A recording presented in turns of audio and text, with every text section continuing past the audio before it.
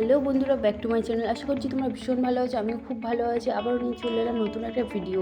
তো ইলেকট্রিক বোর্ডের উপরও কিছুদিন ধরে ভাবছিলাম একটা পেন্টিং করা যাক। তো কী করা যায় বুঝতে পারছিলাম না। তো একটা কিউট পান্ডা আঁকলাম এবং ভিডিওটা শেষ পর্যন্ত দেখবেন। কেমন লাগলো ভালো লাগলে লাইক, কমেন্ট, শেয়ার, সাবস্ক্রাইব করবেন। অবশ্যই দেখবেন। ভালো থাকবেন, সুস্থ থাকবেন। দেখা হচ্ছে পরের ভিডিও। চলো টাটা, বাই বাই।